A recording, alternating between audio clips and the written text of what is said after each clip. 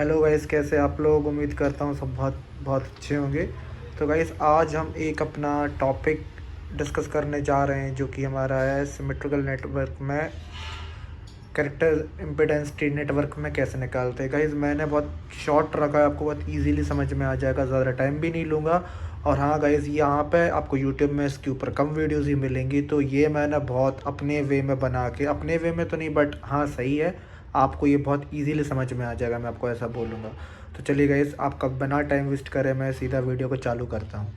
सबसे पहले symmetrical network character impedance के निकालेंगे। तो गाइस, ये समझिए, सबसे पहले मैंने यहाँ पे इनपुट कनेक्ट किया है, यहाँ पे 1 2 3 4 हमारे लगे हुए इम्पीडेंस। अब अगर मैं यहाँ से जेड इन इनपुट दूंगा तो 1 के बाद बाहर क्या निकलेगा, जेड नॉट, जो कि हम जिसको बोलेंगे आउटपुट। तो इनपुट गया और आउटपुट निकला।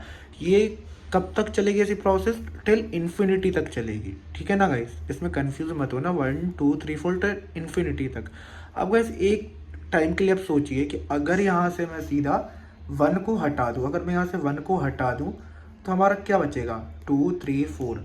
तो अगर मैं 1 को हटा भी दूंगा तो क्या हमारे 2 3 4 टिल इन्फिनिटी तक ये चल रही है, क्या इसमें कोई फ़र्क पड़ेगा? बिल्कुल नहीं पड़ेगा। अगर मैं अब 1 को हटा भी देता हूँ तो फिर जो हमारा जेड नॉट है वो हमारा बन जाएगा जेड इन, और जेड नॉट हमारे इधर पे आ जाएगा 2 के बाद। तो ये जो नॉट जेड नॉट है वो हमारा इनपुट बन जाएगा, अगर मैं 1 को हटा दूँ उस केस में बोल रहा हूँ।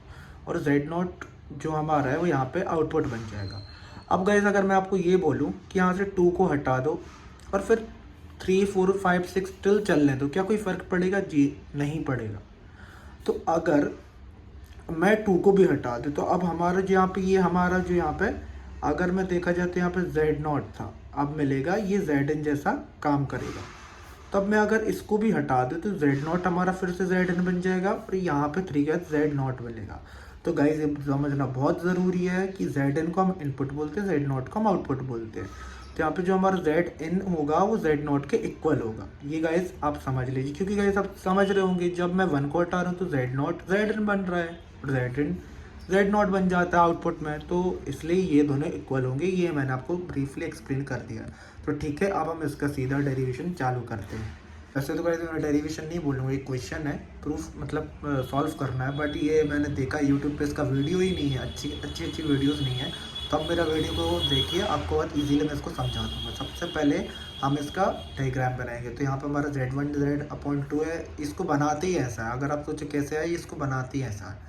तो यहाँ पे सबसे पहले जो हमने यहाँ पे जेड इन दिया, इनपुट दिया, ये हमारा जेड नॉट कनेक्ट है, ठीक है ना गाइस। गाइस, इस रिजल्ट को याद रखना, मैं फिर बोल रहा हूँ आपके लिए, इसको भूलना मत। तो हम अनबैलेंस्ड की बात कर रहे हैं। तो जो हमारा सबसे पहले हमारा जो जेड नॉट है वो Z/2 के साथ कैसा कनेक्ट है गाइस। गाइस, आप खुद पहले मन में सोचिए, मेरा बिल्कुल मत देखना, मैं आपसे पूछ रहा हूँ ये दोनों कैसे कनेक्ट है। जेड नॉट और Z/2 ये दोनों सीरीज में कनेक्ट है। गाइस, अगर आपने 12th में पढ़ा होगा तो ये एक डिब्बा लगा है और उसके बाद एक और डिब्बा लगा हुआ है, तो ये दोनों सीरीज में हुए ना, तो ये कंफ्यूज मत होना, ये एक ही लाइन है। अब ये दोनों Z2 के साथ कैसे कनेक्ट है? पैरेलल में कनेक्ट है।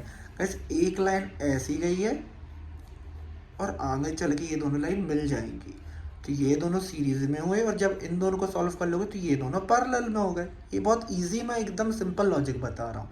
इट मीन्स ये दोनों सीरीज और ये इनके सॉल्व करने के बाद जो वैल्यू मिलेगी वो इसके साथ कैसे होगी? पैरेलल में। तो ये दोनों सीरीज इसके साथ पैरेलल में, और फिर इन तीनों को सॉल्व करने के बाद इसके साथ ये कैसे हैं? सीरीज में है। इसके बाद आप इन तीनों को सॉल्व करने के बाद जो आपको वैल्यू मिलेगी, इन दोनों को सॉल्व किया, फिर इन दोनों को सॉल्व किया, फिर इसके बाद एक ये डब्बा कनेक्ट है, तो इसकी जो फाइनल वैल्यू होगी इसके साथ तो सीरीज में होगी। तो ठीक है, अब प्रूव हम स्टार्ट करते हैं। तो सबसे पहले हमने जेड इन ले लिया इनपुट, और हमने क्या करा, देखो गाइस, बहुत इजी प्रूव है, बहुत ही इजीली आप कर सकते हो।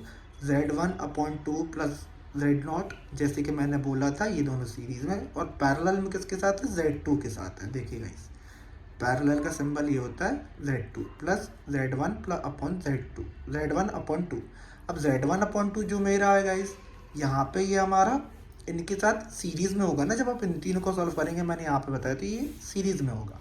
तो Z1/2 plus Z not parallel with Z2 और प्लस Z1/Z2 के साथ सीरीज में। अब मैंने चलिए बोला, इसको आगे सॉल्व करते हैं। तो गाइस, सबसे पहले मैंने Z1/2 को बिल्कुल एज यूजुअल लिख दिया। सबसे पहले मैंने इसको सॉल्व किया। तो मैंने क्या करा, आपको अगर पता हो, अगर पैरेलल में कनेक्ट है तो पैरेलल का क्या होता है भाई, आपको पता होगा a into B upon A plus B. तो देखो बहुत इजीली मैंने लिखा हुआ है, आप समझ जाओगे, z1 upon two plus Z not into का बी हमारा जो है पैरेलल वाला सॉल्व कर रहा हूँ, इसको यहीं पर सीधा लिख दिया, कंफ्यूज मत होना। z1 upon two plus Z not into z2 upon z1 upon two Z not plus z2। अब मैंने इसको सॉल्व किया तो क्या हो जाएगा ये, सबसे पहले अब मैंने इसको देखो लिख लिया, अब इसको मैंने यहाँ पे मल्टीप्लाई कर दिया z1 अपॉन टू में। तो क्या आएगा, जब z1 अब मैं इसके डिनोमिनेटर को न्यूमरेटर में मल्टीप्लाई करूँगा, क्योंकि इसके अपॉन में तो 1 है ना, तो इन दोनों का एलसीएम क्या आएगा, यही आएगा। तो इसको मैंने यहाँ पे अब इसको मल्टीप्लाई किया, तो ये क्या आ गया, z1 स्क्वायर अपॉन 4, फिर z1 के बाद मैंने z0 का मल्टीप्लाई किया तो z1 z0 बाई 2, उसके बाद z2 का मल्टीप्लाई किया तो z1 z2 बाई 2। उसके बाद मैंने इन ब्रैकेट्स को खोल के मल्टीप्लाई किया तो z1 z2 बाई 2, z0 और z2 प्लस z0 z2, ये z0 z2 लिखा है, कन्फ्यूज मत होना। अब मैंने बोला था भाई ये रिजल्ट भूलना मत, बहुत इंपॉर्टेंट है, कौन सा, z इन z0, इनपुट और आउटपुट के इक्वल हो रहा था, इस प्रोसेस के थ्रू मैंने आपको समझाया था। तो यहाँ पे हमने z इन को z0 से प्रेस कर सकते हैं, आई होप सो कोई किसी को प्रॉब्लम नहीं हुई, क्योंकि ये इक्वल है। तो मैंने z0 लिख दिया इधर पे। गाइज मैंने थोड़ा शॉर्ट में लिखा है, हल्का सा एक स्टेप आप बोलेंगे बच्चों जैसा, मैंने उसको हटा दिया है। तो गाइज ये थोड़ा ब्रेन अपना यूज़ करेंगे तो ज़्यादा अच्छे से आपको समझ में आएगा।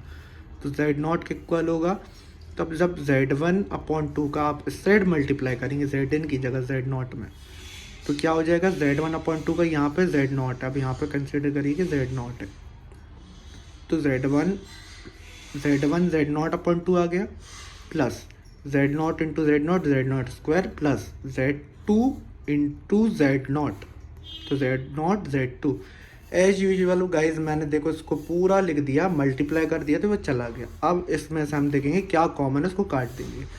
z0 अपन z1 इक्वल है किसके, z0 अपन ये कट गया, उसके बाद z0 z2, यहाँ पे भी z0 z2 ये भी इक्वल है, उसके बाद z0 स्क्वायर बचा और ये वैल्यू बची। तो अब ये दोनों देखो सेम है, तो हाफ और हाफ कितना होता है, 1 होता है। तो z0 equals to z1 square upon 4 plus z1 z2, जिसको मैंने स्क्वायर हटाया तो रूट आ गया। तो ये इतना इजी प्रूफ हमारा किसका है, अनबैलेंस्ड का है। गाइस मैं इसमें बोल रहा हूँ ये 1/2 है, कन्फ्यूज मत होना, 1/2 1/2 ऐड करके देख लेना, तो यही आने वाला है आपका। इतनी इजीली मैंने आपको बता दी। अब आप बोलोगे अनबैलेंस्ड का बताया, बैलेंस्ड का क्यों नहीं, तो भाई बैलेंस्ड का बस हम डायग्राम ड्रॉ करते हैं, अनबैलेंस्ड के साथ हमें इसको सॉल्व करना रहता है। तो गाइस अगर वीडियो अच्छी लगी हो तो लाइक कर देना, मैंने आपके लिए मेहनत की इतनी, तो आई होप आपको समझ में भी आया होगा। बहुत सिंपल वे में मैंने आपके लिए समझाया और 4 मिनट में समझाया। भाई आप यूट्यूब पे वीडियोस देख लेना, कम से कम 15-20 मिनट की वीडियो डली इसके ऊपर। अगर आपको समझ में नहीं आता, मैंने बहुत इजीली आपको एक दो स्टेप आप बोलेंगे तो भाई अब अपन यार 3rd ईयर में तो ये रहता है, तो यार इतना इजी टॉपिक है। अगर आपको प्लस माइनस करना है, मल्टीप्लाई डिवाइड करना नहीं आता तो वो गलत चीज़ है। ये देखिए मैंने इसका आपको फॉर्मूला भी बताया हुआ है ऑलरेडी। तो होप सो अगर आपको वीडियो अच्छी लगे तो गाइस चैनल को लाइक करना, सब्सक्राइब ज़रूर करना। Thank you guys.